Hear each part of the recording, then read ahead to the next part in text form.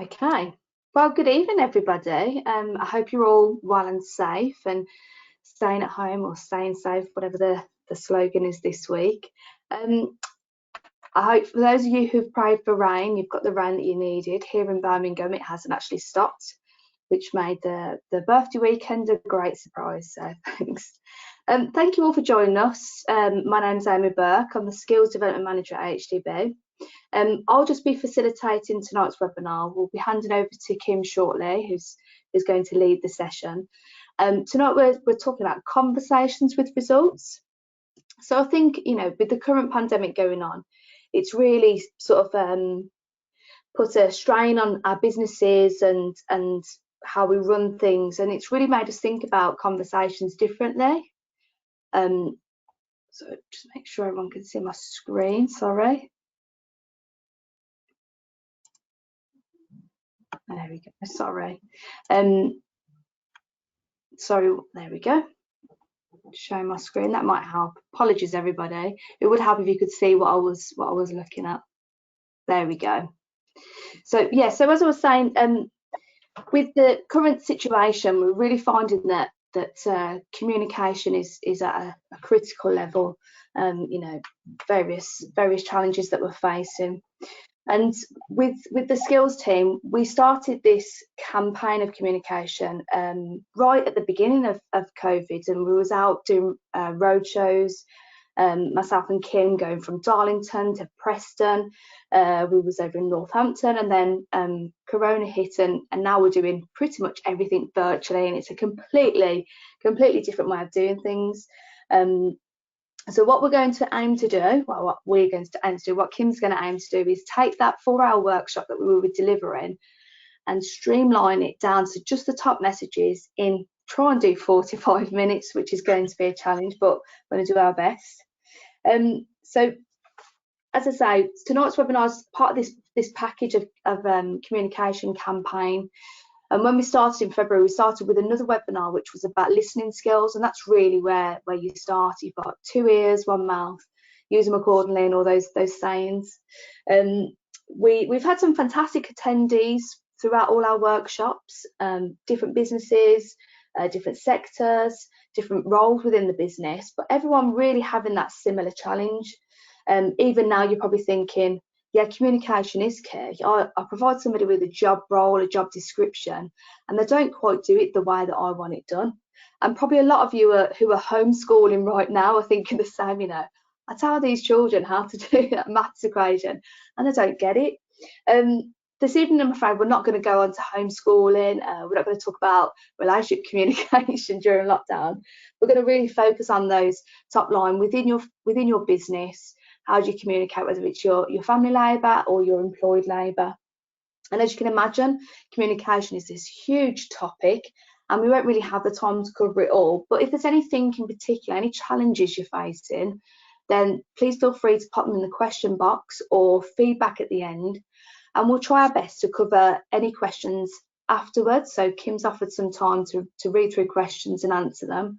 But equally, it helps us understand where should we focus our next set of webinars. Right, so sorry, just a little bit more of me, and I promise I will shut up eventually. Bit of housekeeping as always. So tonight's webinar has proven very, very popular. We've had nearly 438 registrations, which is great, and we've already got 117 people listening in. I think that probably says a lot about the topic itself.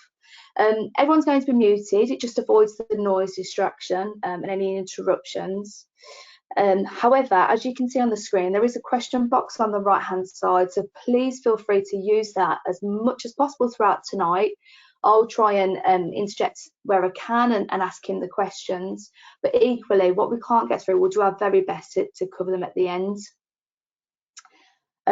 Okay, so also we'll have a bit of time at the end to cover any questions at the same time. We're aiming to finish about 8 o'clock. And the recording will be emailed to you afterwards, along with a survey. So please, once again, feel free to be as open and honest. We need to improve ourselves.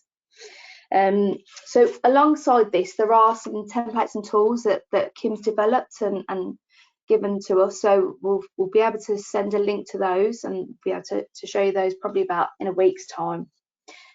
Just going to say a quick thanks to Luke, who's sitting behind the scenes. He's our digital manager, and he's trying to keep all the technical bits working.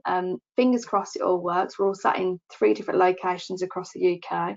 And bear in mind that I live in the middle of Birmingham, my internet is not very good, so fingers crossed we make it through. Right, one more slide of introductions, and I promise I will shut up. So that's me on the left hand side. As I say, Amy Burke, skills manager at AHDB. So very quickly, I've worked in agriculture for about just over 10 years. I've worked in business improvement. I've also worked on auditing and working with social auditing, so working with people and understanding how to be more of a responsible employer.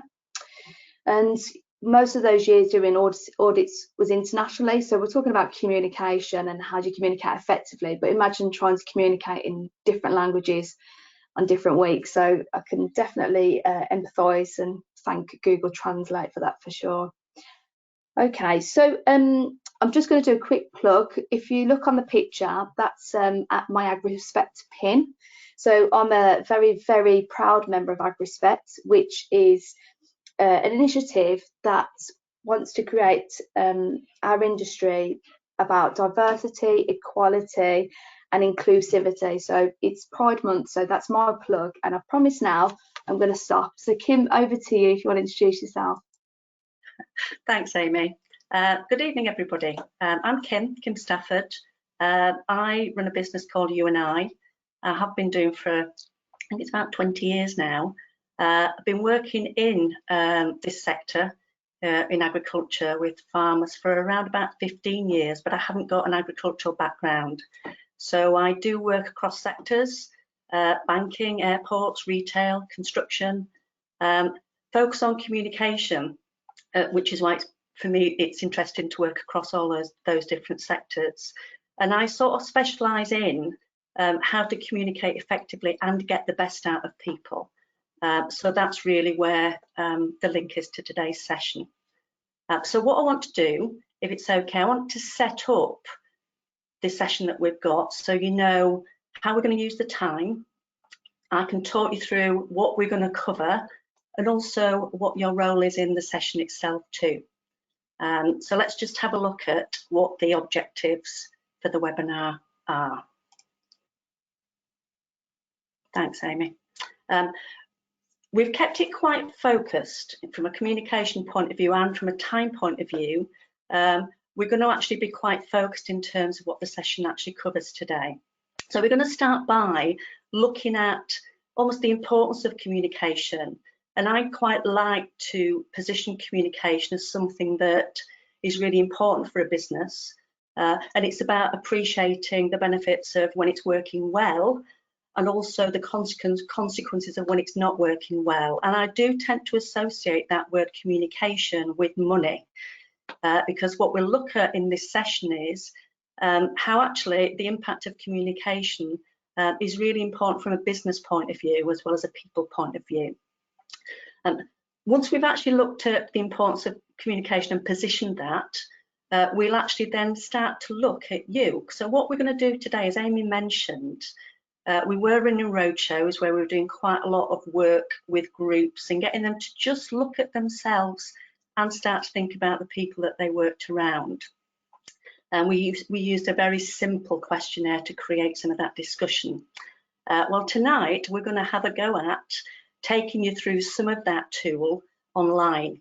So I'm going to get you involved. There'll be an opportunity for you to have a bit of time tonight to reflect on you, your style, and the effect that has on how you communicate with other people. And as Luke mentioned, there are tools that will support this session, but I tend to keep communication at a very practical level. So what we cover tonight and the supporting tools are tools that are to help you do it. So not just about talking about communication, but actually what can you do to make it work better for you. Now, I'm always keen to learn a little bit about the audience that I have on webinars, and I'm going to hand over to Amy just to get a little bit of feedback from the audience that we've got tonight. Okay, so what we're going to do is we're going to hear a little bit from you guys, because obviously we've set the scene and I've done a lot of talking, so we'd like to hear from you. And really, these are some of the challenges when we were going around the workshops, some of the challenges that the attendees were facing, and we want to ask you the same questions. So, what are the challenges you're facing with communication? So there should be a poll appear on your right-hand side, sort of where the question box is. And if you can just tick as many as you want that you find you will agree with. So, for example, they never do the job in the way I want it done. I mean, you can be talking about your colleagues or your other halves, whichever. Select as many as you agree with, and I'll give you a couple of moments to do that. Anyone have any problems with seeing the poll? Then just put a question in the question box. We'll try and help out.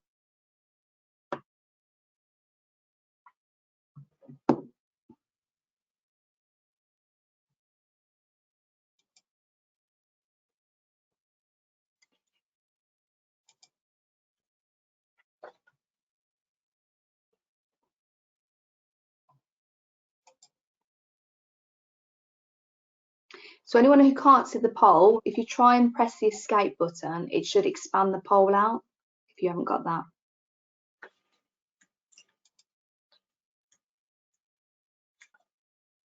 Right, we're getting some great answers in here. I'll just give you one more minute and we'll have a look at what we've got.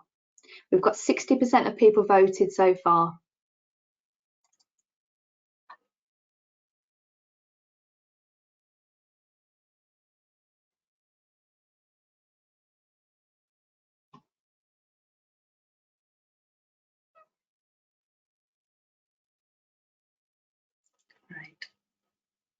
Right, okay then. So we've got a few people who could see the answers but couldn't necessarily click the button. But if you think about them, and then you can probably put them in the feedback afterwards. So hopefully there's something you agree with. If there's something that's not on the list, then please feel free to send it through to us. So, okay, so if I go through some of the results, because it's quite interesting actually, some of the results. So we've had about 73% of people vote. Bear in mind, we've got 134 people online. We've got some good results here. So the top one was 63% of the poll. I feel like I'm on Family Fortune. 63% say they say they have understood and then make mistakes. So that's quite interesting, isn't it? And then the second highest score is the top one. They never do the job in the way I would do it. So what do you think about that, Kim? Yeah, we might actually bring that up, I think, as we go through the session tonight. We've had that a lot. We had that an awful lot on the face-to-face sessions. Okay. So now we've got a really good understanding of your challenges. So maybe we can go through some aspects of how we can help those, I guess, Kim. Yeah, that's great, Amy. Thank you. Always really interested in just getting a bit of feedback on the things that matter or where you're at with that word communication. What I will do as we go through the session is I'll refer back to some of those examples. So I'll pick some of those up as we actually run through the session and relate what we're covering to them. And also, if any questions come up in Q&A specific to those or are slightly different, then as Amy said, I'm really happy to do a Q&A almost handout after today to give answers to questions we don't get a chance to cover because we've only got an hour tonight. Thank you for that, really useful feedback. Now I want to start off almost like talking about that word communication, but I want to give you a picture to look at. And the thing about this picture is some of you may actually have already seen it. I know I use it a lot when I'm running sessions to get people to think about the importance of communication. And the thing that really helps me with this is it's a chain. So it can be quite difficult sometimes to have almost discussions about what communication is. I've seen this used quite a lot in team meetings. I've seen it used, and I've actually seen it pinned up on people's notice boards as a reminder of why communication is important. And the thing about the chain is it emphasises that for people to actually work effectively together, there is a dependency. people actually do need to depend on each other and see that to strengthen that chain, communication will really help. And if you've got a strong chain within your business or within your teams, then you get great results. So what we're looking for is setting that chain up so it's strong, so people are clear about what they're supposed to be doing. And actually they appreciate that they need to work with other people and they're part of that chain. The thing I always find quite interesting, and when we use this in some of the sessions up and down the country, is it can be really quite handy to help people see how important they are within a business, or how important their job is, for example, on farm. Because within that chain, if you take out anybody's link, it should have an effect.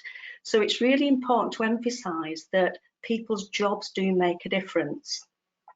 And I saw this used really well in a team meeting, where there was a conversation about the fact that you know, when a chain's working well, people do make a difference in that chain and add value.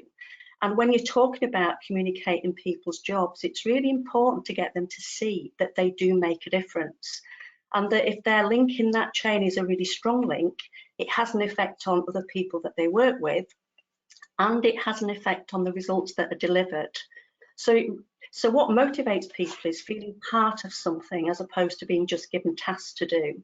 So if they can see that bigger picture, then they actually tend to take a bit more responsibility for what they're doing. I mean, I don't know whether some of you have heard the story, the John F. Kennedy story, when he visited NASA in about, I think it was about 1961. And he came across what they call a janitor, we'd call a cleaner, as he was walking round, and he asked the cleaner about his job. And the cleaner's response was, "I'm helping put a man on the moon." And that actually really emphasised the fact that that person knew that he played a part in that link, in that chain, and he was a really important link. And that's where, if you're trying to help people see the value of their role, giving them tasks and communicating just tasks isn't necessarily what motivates people. What motivates people is them understanding why they're there and what difference they make. So the chain's a great way of emphasising that. And also, the other thing that really matters with the chain is I don't know any business or team that's perfect. So even when the chain's been set up, people understand what they're there to do, they communicate with each other. I still see a lot of great businesses and great teams that need to review how they're working, give feedback, reinforce the good stuff that's going on, and tweak and change the things that need to be improved to keep that chain strong. So it's a very simple tool, but there's an awful lot in it, and it's a great tool to use if you're ever with your teams and you want them to see where they fit within the business. It's a great tool to use to create some discussion around. And I think the thing that really matters with this is that when you've got a really strong chain, communication really helps strengthen that chain. When you've got a strong chain, you do deliver great results. The thing is, when that chain isn't strong or starts to break, it actually starts to cost you, your people, and your business. And that's what I just want to look at now briefly. The thing about the chain is when it breaks, it affects what you do. So I want to give you some examples of how, and I mean the pound sign. When I say poor communication can actually cost you money, that for me is really important, because people's time, what people do, how they spend their time, costs money. And when that chain is weak or it starts to break, then these sorts of things start to happen. So you might end up, for example, the first example up there is when the chain's not working that well, people make mistakes. So if they're not clear about what they're supposed to do, or they might think they're clear and they're not, then mistakes happen. If mistakes need to be rectified, that is actually going to take time, therefore it costs money. The other thing that can happen when that chain starts to break is that there's deadlines. So again, if in that chain people are not necessarily sure about, you know, when things need to be delivered by, or they don't think it matters if they take an extra 20 minutes over a job, but they don't appreciate the knock-on effect that has in that chain, then sometimes deadlines are missed. And again, when deadlines are missed, it costs you, because it takes time and effort to rectify that. The other thing that certainly has an effect when that chain breaks, and this sort of fits in with some of the poll answers as well, is often when people are not doing the job you want them to do, or haven't understood what you've communicated to them, then you do an awful lot of re-explaining or telling again. So I get an awful lot of feedback where people are saying, yeah, I've told them, and I've had to tell them again, and I've had to tell them again. And when you're having to re-explain, because maybe people are not understanding, then that is taking up time. Therefore, there's a cost attached to that. And a couple of other examples of when that chain is weak or it starts to break is when what I call unnecessary checking and chasing needs to happen. So if you have got a weak chain, and maybe some links in that chain are people that maybe don't understand the job, or you've not got round to, or you haven't had chance to train them up, then what tends to happen is you maybe need to chase them up a little bit more, or you maybe check up on them a bit more because you're not totally confident they're going to do the job properly. Again, that's taking up time, equals money. And another example, or this is probably an example that I see a lot, is where people end up doing jobs again because somebody in that chain isn't as strong a link as they need to be, and therefore maybe the job's not done properly and somebody maybe has to do it again. I unfortunately, I worked with a team, it's a few months ago now because I was actually with them, where they'd even they'd almost built in time to do jobs twice. They'd built in time to double check things, and they'd almost built in unnecessary cost. Rather than saying, actually, how can we prevent some of these things happening? Because all of these issues on screen are preventable. They'd actually started to accept them as just a normal way of working. Have we got any questions, Amy, at the moment? Just want to... Yeah, we've got some really good ones coming through actually. Some that I know are going to come up, so I don't mean to not ask you a question, but I know they're going to come up. So this is a really good one actually from Philip, who's asking, would you go as far as to display the infographic with people and ask them or tell them where they fit within that chain? I think that's a really good question, Philip, because I think I've often given this to teams and got them to do the work on it. So I've given them a blank chain and asked them to fill in where they think they fit in and who they need to work with. So I think you've got options of using this. I also saw a team who'd got a filled-in version that their manager had completed, and the team was given it to play around with, and actually to almost identify whether they thought it was what happened in reality. So I think you've got options. And as with any of the tools, which you'll probably see with the way I work, any tools I develop or any visuals, play with them and tailor them to how you think you can use them. They've usually got more than one use if you tweak them. But think about what options you've got. Sorry, Amy. Anything else, Amy, that can pick up? Just another quick one, which I know is definitely going to come across in a minute, is how do you communicate with someone who's the boss, who's never wrong? And I know that's going to come up, so I don't know whether you want to tell any secrets. I can do. I mean, we can talk about communicating upwards, because I think one of the things we're going to cover later is how you encourage people to talk to you. So rather than telling them, you know, if you've got people around you that are maybe not doing things in the way you want them to, and that can include the boss, then for me, it's the style of actually asking rather than telling. Because when you start telling people, they tend to push back a bit and they stop listening. So we'll cover a little bit later on, just before the end, some of the areas of how you engage through asking versus telling. But I'm really happy in the follow-up questions to just give some examples of what that might look like if you're managing upwards. Okay. Thank you. Now, just to explain this, this isn't to frighten you all to death with tonight. This is just to emphasise from my point of view that whenever I'm out and about and doing any work on communication, one of the comments I get a lot is, you know, I'm trying to communicate, but sometimes it's like talking to people that are from another planet. They don't get things in the way that I do, or they're just not taking it in, and it's dead easy. I don't understand why they didn't do it in the way I wanted them to. So I hear those comments a lot. And it's really important that we start to look at the fact that people are different can be a real advantage in a business. But it's actually how do you manage those differences and make the most of them rather than them getting you frustrated.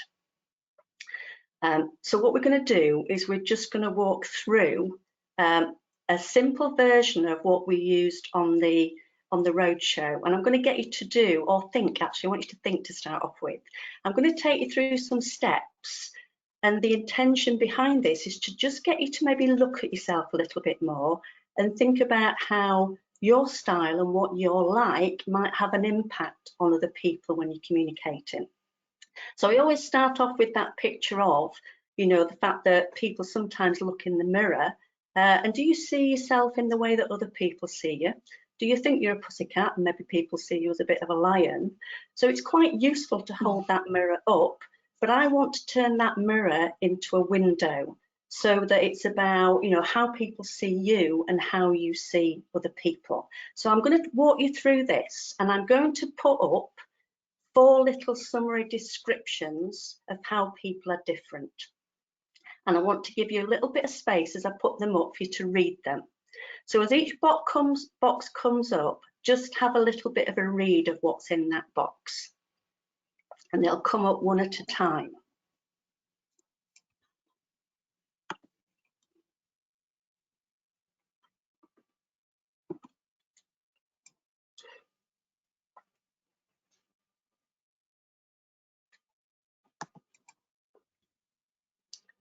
Thank you. So as you read, as you read those 4 boxes through, just take a minute to have a read, because what I'm going to ask you to do shortly, I'm going to ask you to choose the box of words that you think is most like you. Now, I know at this stage I often get people who'll say, oh, I'm a mix of all of these, or I might be a bit of a combination of 1 or 2, or I can't choose. Just for a bit of fun tonight, I'm going to really push you to choose one of those boxes. So read them, just have a minute to read through them, and I'll give you a little bit of time to decide. So read them again, and then I'm going to ask you to pick one of those boxes.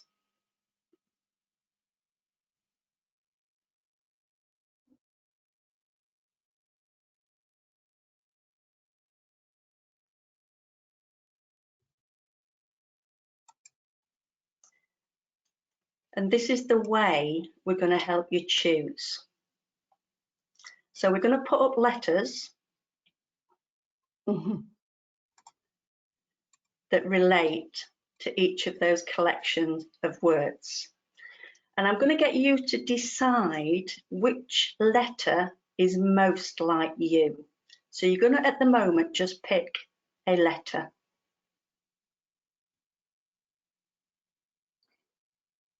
So in a moment you'll see a fresh poll come up, exactly where the poll was last time, except you can only choose one this time. As Kim says, you know, you might be a little bit in each of the boxes, but which one do you think suits you best? A, B, C, D.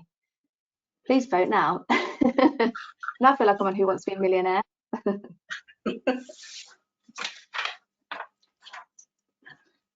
So we've got about 60% voted. Okay, let's have a look. So a couple more votes.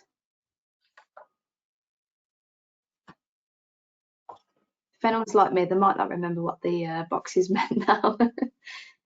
Getting there.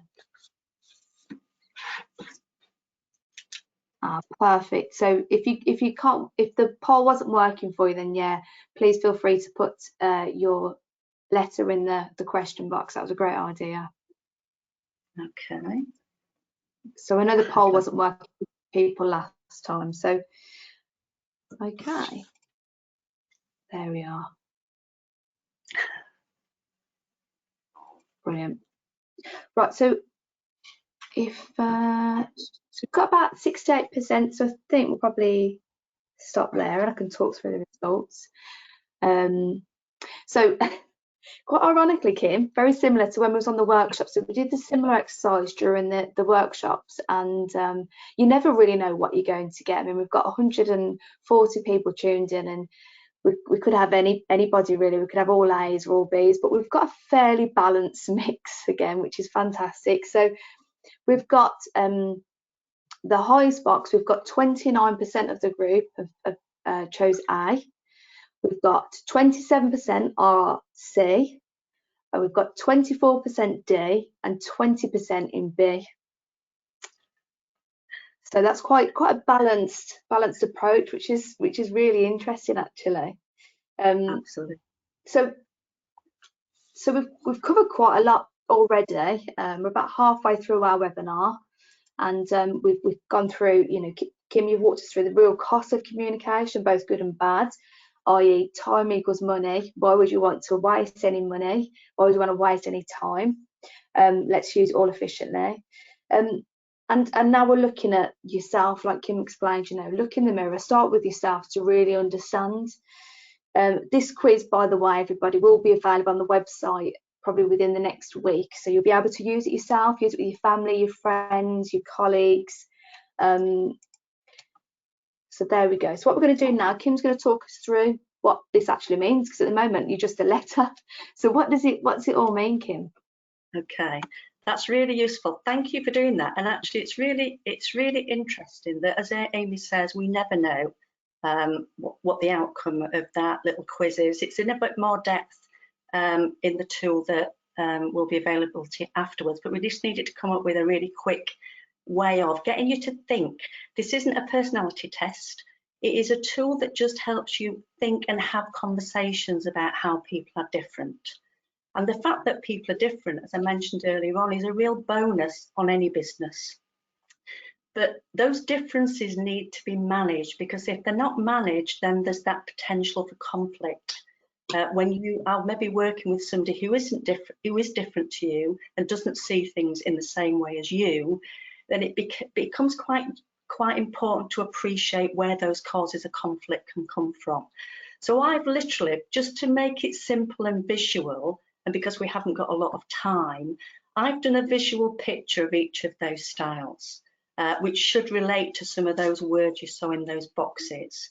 So for people that chose the A, then that A is a style of where somebody's actually quite competitive. You know, they really like to drive for results, which is why that snowplow is about, you know, making sure they push things out of the way so that they can make things happen. Very focused on results and outcomes.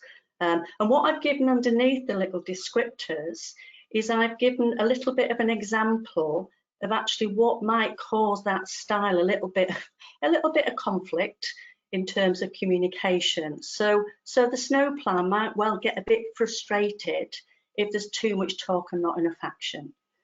And then we've got what I call the Labrador. And the Labrador really depicts for me that need for reliability in terms of the way a business operates. And all of these styles are valuable. There's no one that's better than any other. It's just about what they bring to the table that's really helpful in a team or within a business. So when you've got a Labrador, Labradors really like things to be done in the right way. They don't want people going off at a tangent and doing their own thing. When they work in a team or in a business, they want to do things properly, and they need to know what properly looks like. So they actually do respond quite well to things like protocol and structure. And so if you are making things up as you go along, when you're communicating with a Labrador, that might actually press the wrong buttons with them. Then we've got what I call the submarine.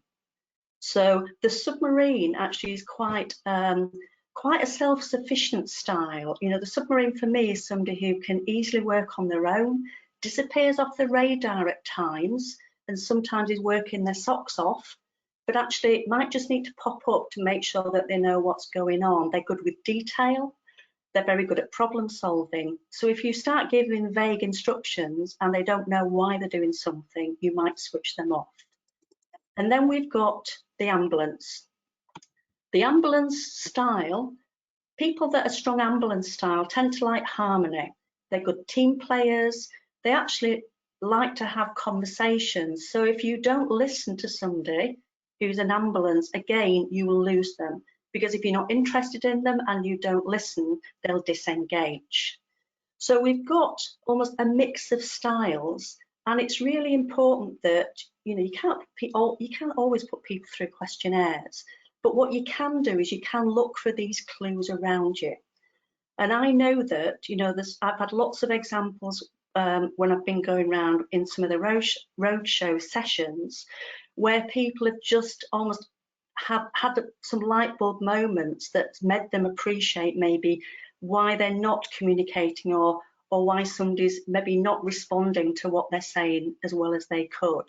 So just as a very quick story, I've got somebody who is a very strong ambulance who is working with somebody who's a very strong snowplow, and actually the snowplow is really pushing them to get things done, and the ambulance needs to talk about it before they do it. So it's just about appreciating those differences and bringing them together to get the best out of each other. So what you don't want is the ambulance holding that snowplow back saying, can we just talk about that for another half an hour? But also you don't want that snowplow pushing that ambulance forward if they need to talk things through. So it's appreciating those differences and making the best of those differences. That's why you end up with a very strong chain. And the other thing, just another quick example of where, I've also seen somebody who is a very strong Labrador, again, who's worked with somebody who is a strong ambulance, and that Labrador needs to know the right way of doing it, and the ambulance actually just wants to sit and talk about it. And the best example I saw of that was where I went to a team meeting where there was a briefing session. Actually, it wasn't farming, it was a team of engineers, where the manager briefing that team was clearly quite a strong ambulance. And they brought the engineers in and they just talked them through a new system that was going to happen within the next couple of days that the engineers were responsible for implementing. And the ambulance just gave them lots of airtime. There was lots of conversation in the room. The engineers left that meeting. I followed them out the door, and they were all saying, did you know what that was about? No, did you? And so what happened was they had to be brought in the following day, and the meeting was run in a slightly different way. So the meeting actually then had a flow chart of how that system was going to work. So it wasn't a discussion. They actually turned that conversation into some structure, which works really well with a Labrador. And the engineers walked out saying, well, why didn't you say that yesterday when we were in the room with you? It was the same message, but just delivered in a slightly different way.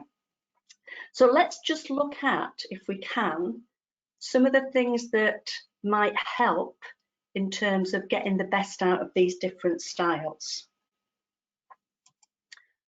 So what we've got for you is we've got a collection of examples of how you might just want to think about tailoring some of your conversations to the different styles. And the styles, it will depend on how well you know your people. But if you know your people, you'll have clues around you that help you appreciate maybe where they're leading towards. So that snowplow, if you do need to explain a job to them, then what will press their buttons? If they are driven by results and they like to make things happen, then give them outcomes, give them targets to achieve. That will really motivate them. If you've got people who tend to lean towards being a Labrador in terms of that reliability, think about using protocols and checklists, a bit like my engineer example. It just helps them process the information in a way that makes sense to them, because that's how their head works. And with the submarine, if you want to actually get them on board and you need to explain a job, then give them problems to solve. Turn a job into something that they can actually look at in a different way, give you feedback on, come up with ideas. And with the ambulance, finally, the thing that will actually press their buttons, if you want to explain a job, talk about the team. So rather than talk about the tasks, explain a job in the way that helps people see that it's going to help, people achieve, it's going to help them work more effectively together. And actually, if they think the team's benefiting, then they'll buy in. Just before we move on, actually, I'll give you a quick example of that. And actually, it is really important from the ambulance perspective to have that space to talk. We had a farmer on one of our sessions, I think it was up in Preston, who'd worked for somebody who had actually said they wanted to take all the talking out of them doing the job. So when they're on farm, they decided that talking was actually almost preventing the job being done. So they asked the guys not to talk while they were doing the job. And we had this farmer on our session when we did this, and he said, I've just realised that I'm an ambulance, and I've realised that if I can't talk things through, my head doesn't work as well. So he said, I found it really demotivating, and I knew I wasn't performing that well, and it was just appreciating. And he went to see his manager and actually explained that need to have a conversation. If he had a conversation, and he could actually see why he was doing things, and he could see how it was helping, then he'd be bought in and he'd perform. So that was just a little bit of a practical example of something that happened on one of the sessions. And finally, let me just relate some of these different styles to how you might tweak how you give feedback to them. So again, that snowplow likes to deliver results, tend to be a bit impatient. So if you're going to give a snowplow feedback, don't waffle, don't pussyfoot around them, be direct and to the point. Because if you waffle and you try and worry about upsetting them, most snowplows I know just want to hear how it is and they'll do something about it. If you want to actually get the best out of your Labradors in terms of giving feedback, then help them see what's in it for them. So if you're going to give feedback, the thing about Labradors is they tend to want to see where something's going. So show them that whiffing factor. What's in it for them? So what's in it for me if actually I take this feedback on board and do something about it? If they can see the benefits moving forward, they're more likely to listen to that feedback. And with the submarine, again, people that are more interested in detail, then I tend to give my submarine some space to think before I give them the feedback. So what I might do is I might say to them, just have a quicker look at these figures of what we did yesterday. Have a read of them. I'll just go and make a cup of tea. While I'm making a cup of tea, have a think about if there's any questions you want me to, you want us to talk about. So I'd leave them and give them some space to think. So I wouldn't put them on the spot. I'd actually give, and if I put them in a good place, then they're more likely to be engaged and pay attention. If I put them under pressure, then they're less likely to be engaged and listen. And finally, with the ambulance. So again, I mentioned about ambulances needing that space and time to talk things through. If you're going to give feedback to somebody who's that ambulance style, then make sure there is time to talk. Don't just give them the feedback, particularly if it's information, and leave them to it. They'll take it on board and do something about it more if you've given them that space to think it through. So those are just some tips of how you can adapt and tweak your style and actually put yourself in the shoes of other people. The thing about these styles and little examples that we're playing with, it's just to get you to appreciate that your style and the way you manage yourself will have an effect on how you communicate with other people. But the key here is to have the ability to put yourself in people's shoes. So it's not always saying, well, I'm a snowplow, that's how I work. It's saying, yes, I'm a snowplow, but because I'm managing people that are submarines, I might just need to put myself in their shoes, see things from their point of view, and just tweak how I communicate with them. Because my intention is to get the best out of them, which for me is a pull style of communication. If I get people who are bought in and understand, what they're doing, and have thought about it in a way that makes sense to them, then you're pulling them towards you rather than pushing them and telling and talking at them, which takes time and costs money. Any other questions, Amy, to pick up on that? We've had some really good engagement, especially with this part of the webinar, and I think it's worth saying that this is really the tip of the iceberg. So Kim's offered the detail behind some of these so that you can really explore a bit more.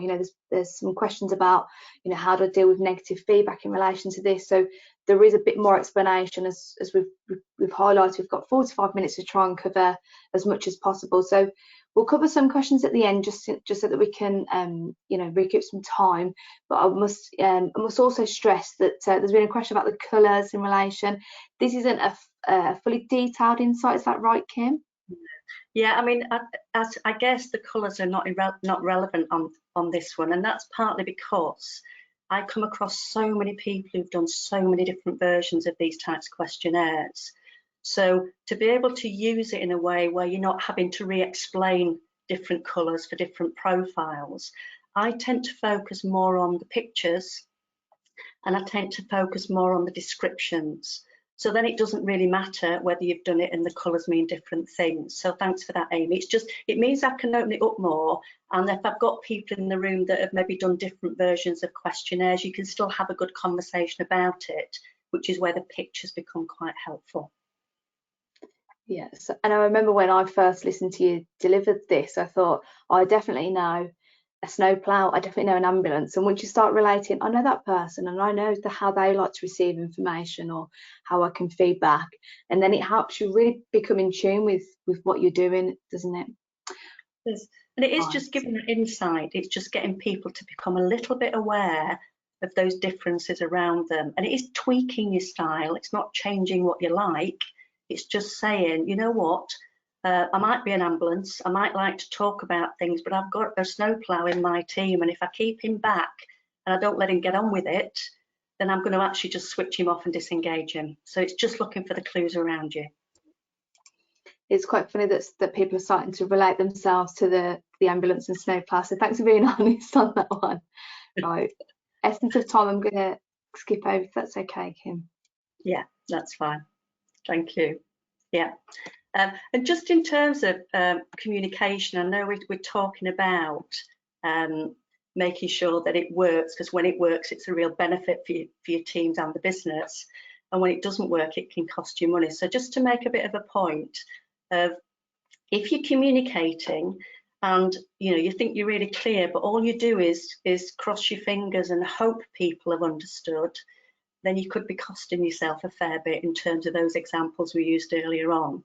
So do not assume, as it says on this slide, do not assume because you think it makes complete sense to you, it's going to make complete sense to other people.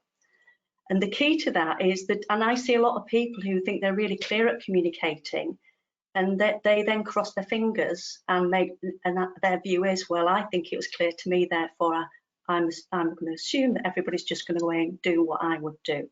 That doesn't necessarily work. So I want you to think about how you take a bit more control of checking understanding when you're communicating. So it's not so much what you're telling people to do, it's how you actually are confident they've understood. So let's just put on screen something I want you to think about just for a minute, because I use checking understanding a lot in terms of good communication. And I'd love you to be able to all talk to me, but we're on a webinar, so we're limited.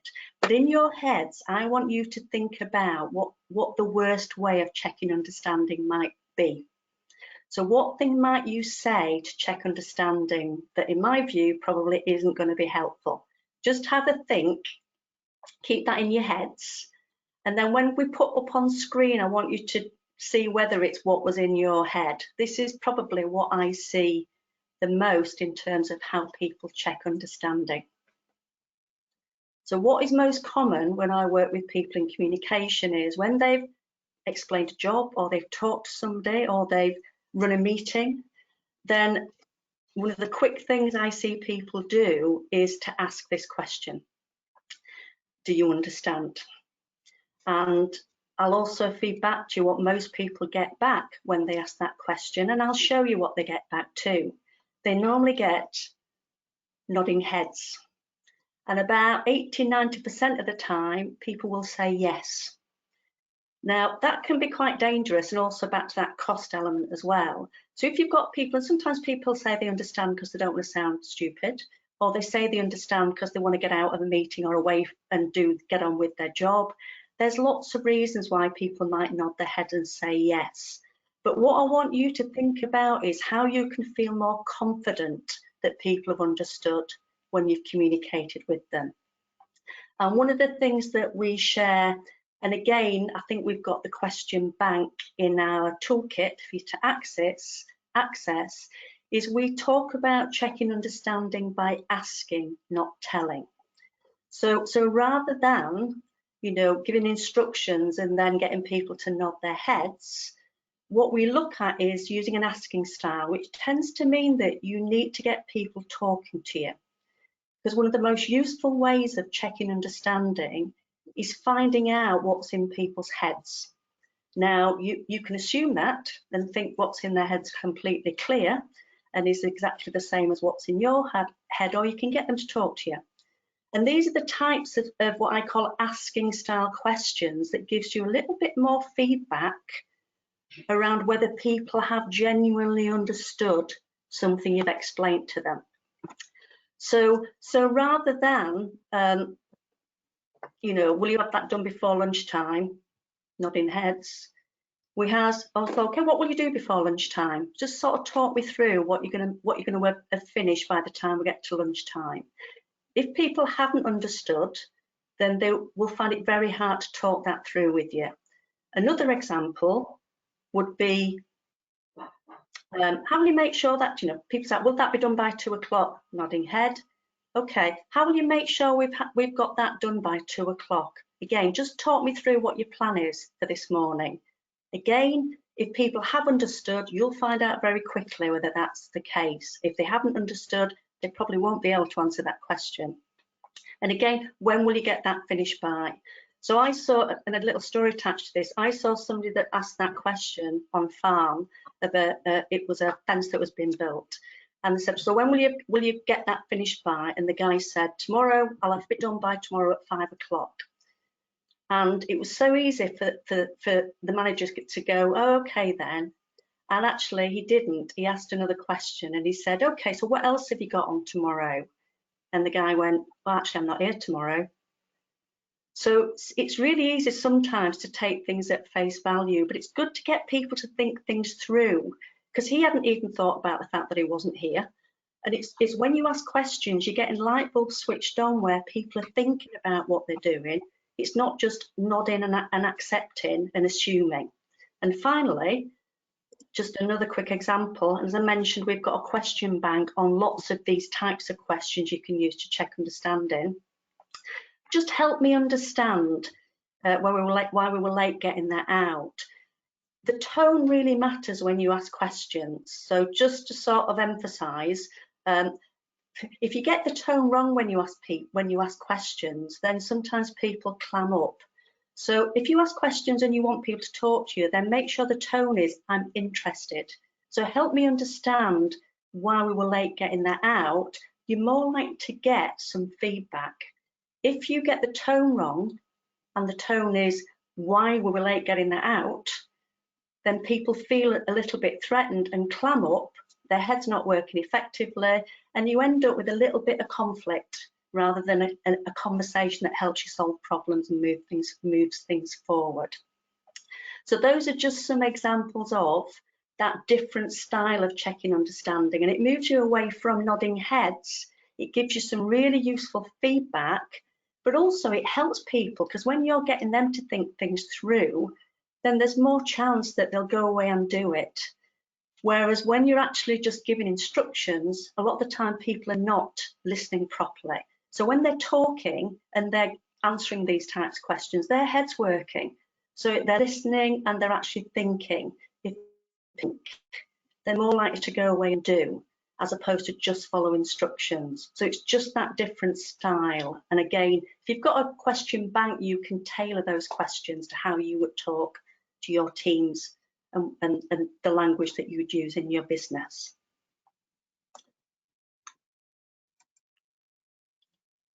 Just very quickly, summary from me, from a time point of view. I'm absolutely manic about time management as well. Just the things that we've covered, and it's been, you know, the challenge of an hour. We've got backup information and tips and tools to offer you on this. What I would say to you is look at yourself. So understand you. Once you start understanding your own style, you can manage that. Once you know your own style, you can adapt that to get the best out of those differences.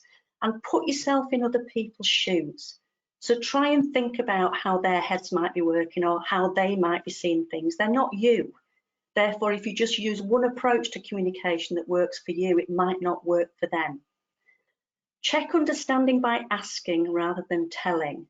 So if you find yourself having to, tell people and tell people and tell people again, then maybe try a different tack. Maybe ask some questions. Get people to think about what they're doing. Because if you're telling them, often people get a little bit lazy. And if they know that when they forget, you'll just tell them again, then they'll wait to be told. So get them thinking, get them to do a little bit more of the work. They're more likely to take a bit more ownership if they've thought it through. And that last one is just make sure you don't assume. Communicate, cross your fingers, and hope people are going to do what you would have done.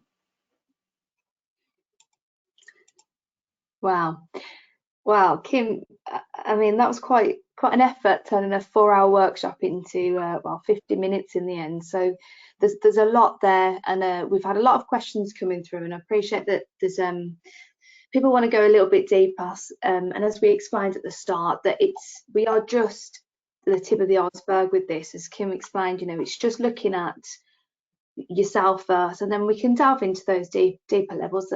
That's what we're here for. So the feedback is important from everyone if that's where you want to go. So we're going to get some questions through now. I just want to remind everybody that the webinar's been recorded.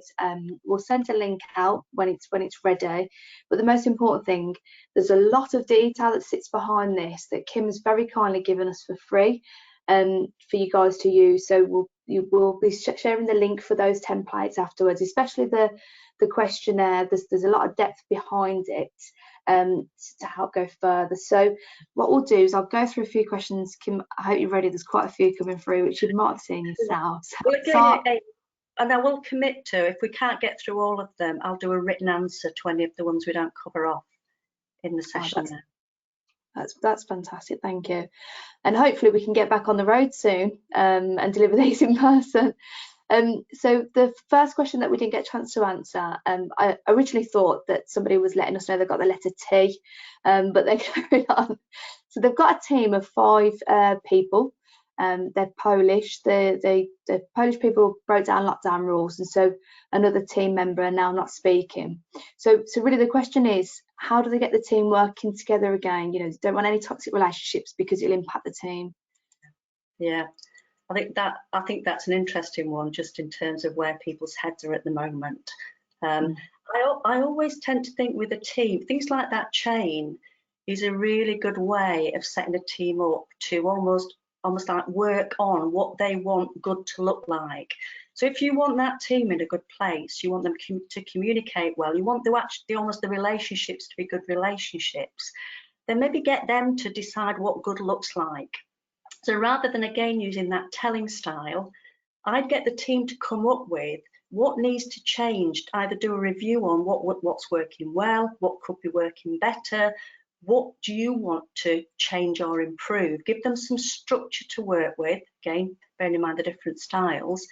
I'm happy to almost give some steps for that, if that would help. I'm conscious that rushed answers don't always help when you're on this style of webinar, but I would tend to pass it over to the team and have a plan of how to set them up so they feel comfortable doing it, but they've all got a common goal, and that common goal might be that they want that team to work well together, and actually they want to enjoy being at work. And it's then, how do you work back from that common goal so that they feed ideas into turning that into their picture of good team working.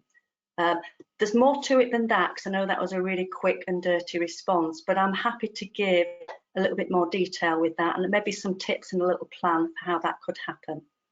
Yeah, well, we do share our details at the end, so that person can get involved. A quick question, so funny, where does the person with energy and creativity fit in? So which of the letters would energy and creativity fit in? I love that question, because I think the thing that really matters to me is any of those styles can be energetic and creative. And I think the important thing is to not necessarily pigeonhole that energetic I suppose that energetic and creative style. You might see it more obviously in some of the extrovert styles, which might be the snowplow and the ambulance, because those styles tend to be a little bit more extrovert. The introvert styles tend to be more the Labrador and the submarine. The thing about creativity is you can actually, some people might be more naturally creative. So that submarine style might be quite creative, but actually you can get a snowplow to be creative if you put them in the right frame of mind and give them some tools to use. So with some styles that are maybe not naturally creative, I tend to give a little bit of structure around how to create creativity within a team. So don't assume it will just maybe happen naturally. Sometimes you've got to give people tools to help them become creative if they're not naturally that style. But I think if you press the right buttons with those 4 styles, you can create energy and create creativity in any of those styles. And with a submarine, it might be, the energy might be a little bit more internal, but it'll still be quite motivating. Whereas with a snowplow, it might be a little bit more extrovert in the way they demonstrate that energy. But I think it's about how you press the buttons so that you can create that in the right way for those styles. Energy and creativity, I think, can happen across any of those styles if you manage it and set it up in the right way. I guess the next question really is about you've got somebody who takes offence with negative feedback. So how do you give negative feedback? I know there's probably some, there are some guidance within your tools, but if you can, it's come up a few times, if you can help with that. Yeah, and actually I think what's interesting about negative feedback is I do have almost an issue of feedback almost sitting in isolation. So if I think about that chain, one of the things I tend to do with teams is not just talk about their job, but talk about how feedback's part of their job. So that's why that chain's a really good visual, because it's about setting people up for success in doing a good job, but it's then feedback becomes part of the deal. The thing about feedback, I often find that people sometimes struggle with it if they see it as a bit of a bolt-on to their job. Whereas if you set feedback up as part of what the deal is, it's just how you work in your operation, and they appreciate the benefit of feedback for them. So you've got to position feedback so that they see they get something out of it. Therefore, most people want it. Whereas I know a lot of people who've had bad experiences of feedback, and they see negative feedback as a bit of a beating up. So I would set feedback up in the right way before I give it, because I wouldn't be giving feedback if my team didn't appreciate how it's going to help them. But also I might tailor that feedback. So in terms of it being negative, I'd be very descriptive and specific about that feedback. So rather than talk about it being good or bad, I tend to describe feedback in terms of what happened and the effect it had.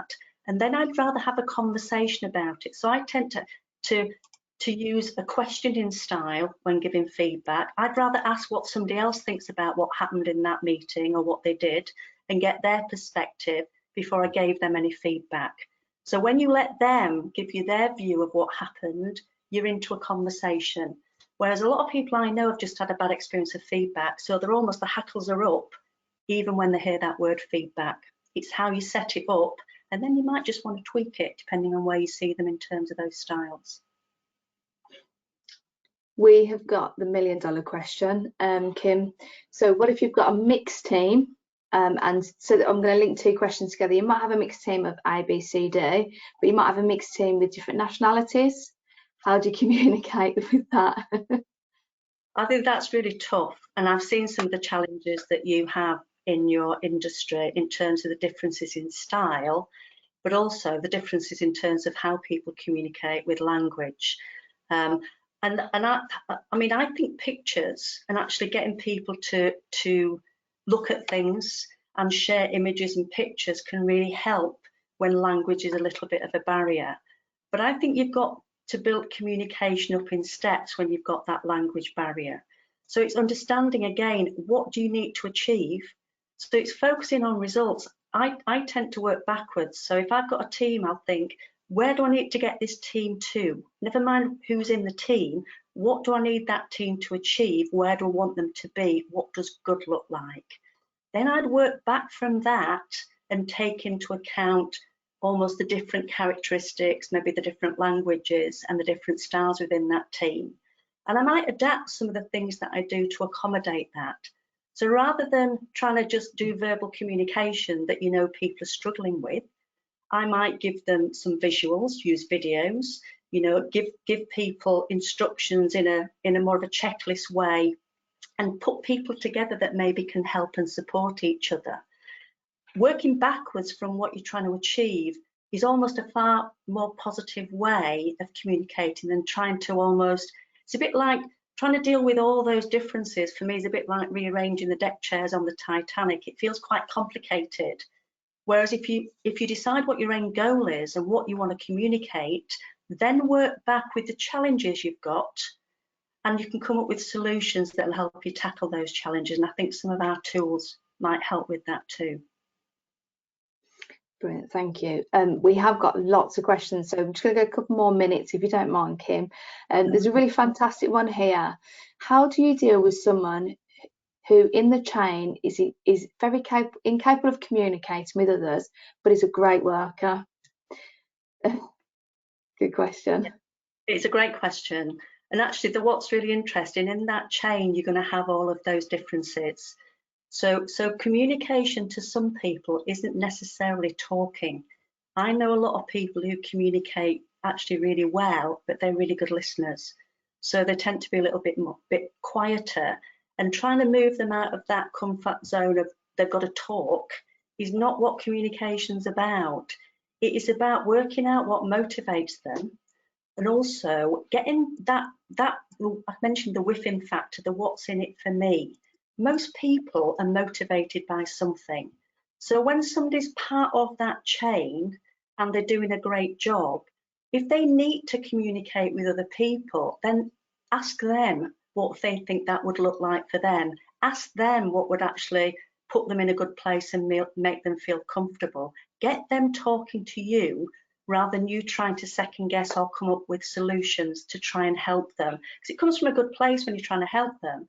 But actually the best way to help them is to get them to talk to you and explain to them, if they are a bit more introvert, explain to them why it will really help the team and the business if you understand the ideas they've got to actually strengthen that chain.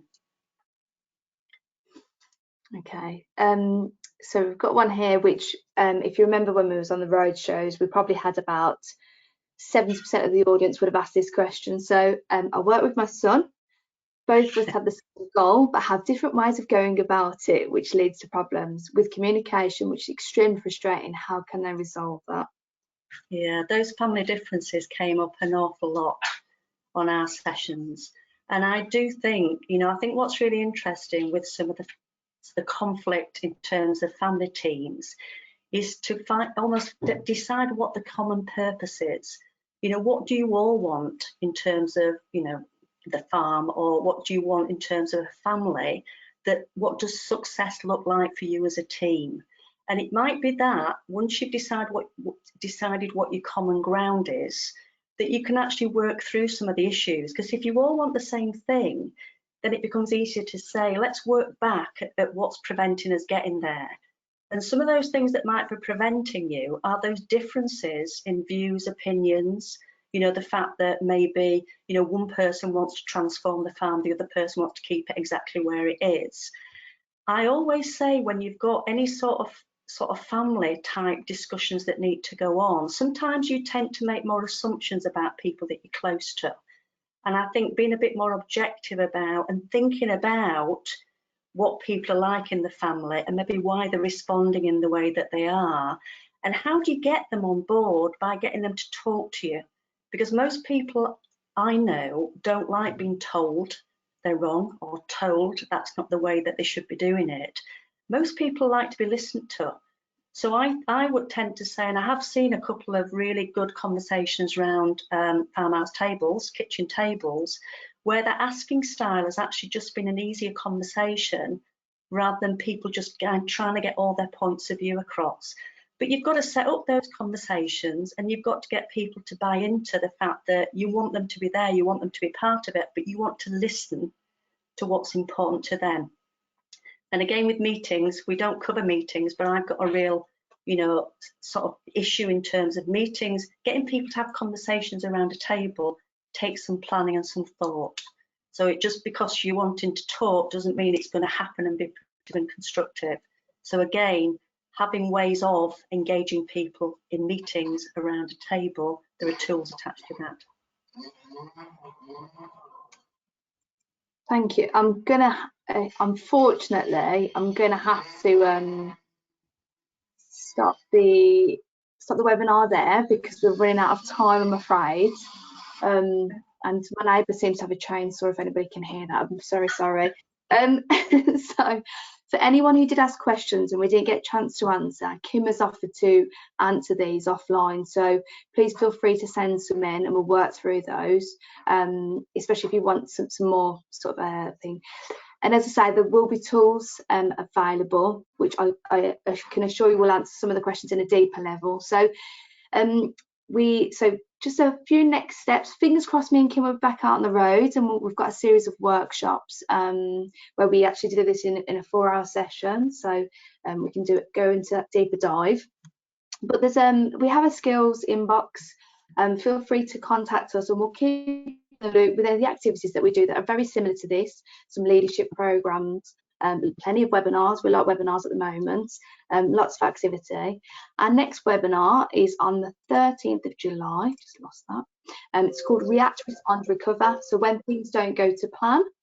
And just, yeah, I guess finally, we just want to say a huge thank you, Luke, in the background. Fingers crossed that all the technology went smoothly. Huge thank you to Kim. You've done a fantastic job. If anybody wants to get in touch with either myself or Kim about tonight's webinar or anything else, there's our contact details. And yeah, feel free to get in touch, keep in touch.